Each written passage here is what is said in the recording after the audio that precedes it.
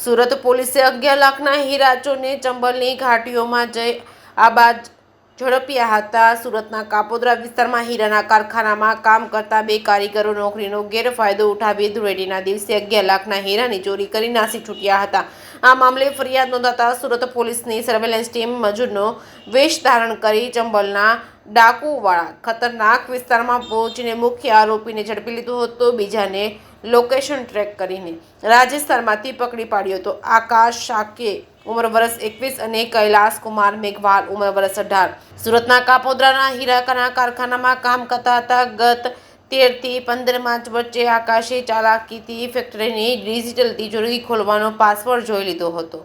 ધૂળેટીના દિવસે ડિજિટલ લોકરમાં મૂકેલા 11 લાખના હીરા પાસવર્ડ નાખી ચોરી કરી ફરાર થઈ ગયા હતા। આ અંગે ફરિયાદ નોંધાતા તપાસ દરમિયાન પોલીસને ખબર પડી હતી કે મુખ્ય આરોપી આકાશ શાકે મધ્યપ્રદેશના ભીડ જિલ્લામાં જ્યારે સહ આરોપી કૈલાસ કુમાર રાજસ્થાન સિહોરી જિલ્લામાં છુપાયો હતો। ભીડ જિલ્લો એ ચંબલની ઘાટીઓ તરીકે સંવેદનશીલ વિસ્તાર છે જ્યાં અગાઉ ખૂંખાર ડાકુઓનું રાજ હતું। હજી પણ ભૌગોલિક દ્રષ્ટિએ આ વિસ્તાર ખૂબ જ દુર્ગમ છે અને જોખમી પણ એટલો જ છે। આ કેસને ગંભીરતા સાથે લઈ સુરત પોલીસની સર્વેલન્સ ટીમે એક છૂપો પ્લાન બનાવ્યો હતો।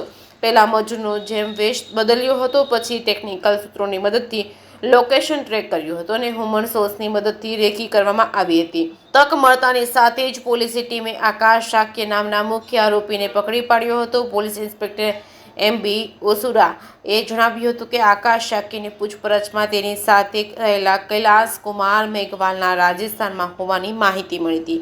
પોલીસે તરત જ શિવહોરી જિલ્લાના લોકેશન ટ્રેક કરી રેકી કરી કૈલાસ કુમાર મેઘવાલને પણ ઝડપી પાડ્યો હતો। આ બે આરોપીઓ પાસેથી 6 લાખના હીરા અને 2 મોબાઈલ ફોન મળી કુલ 6.20 લાખનો મુદ્દામાલ રિકવર કરવામાં આવ્યો હતો।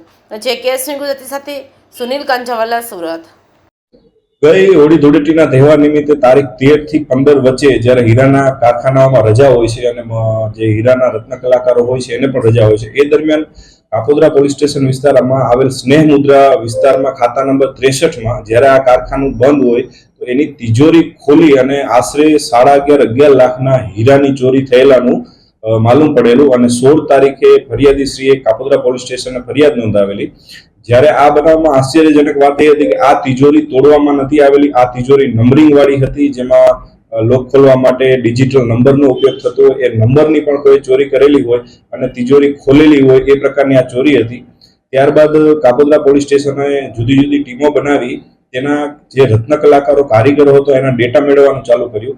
એમાંથી એક કારીગર, જે કારીગર આકાશસિંહ દેવસિંહ શાક્ય નામનો કારીગર પોતે આ બનાવના આગલા દિવસથી ગુમ હતો અને પોતે ભીંડ વિસ્તારનો, બિહડ વિસ્તારનો, ચંબલ વિસ્તારનો મધ્યપ્રદેશનો રહેવાસી હોય, એનો મોબાઈલ નંબર પણ બંધ હતો। ત્યારબાદ એના એક અલગ મોબાઈલ નંબર મળી આવતા ભીંડ વિસ્તારમાં એક સર્વેલન્સની ટીમ પીએસઆઈ પિંજર તથા દામજીભાઈ અને સંજયભાઈ હેડ કોન્સ્ટેબલોને મોકલવામાં આવેલા અને ત્યાં આગળ 2-3 દિવસ રેકી કરતા એ વ્યક્તિ 2-3 દિવસથી આ હીરાની ચોરી કરીને ત્યાં જ રહેતો હોય એને રેકી કરી અને ત્યાં પકડી લેવામાં આવેલો।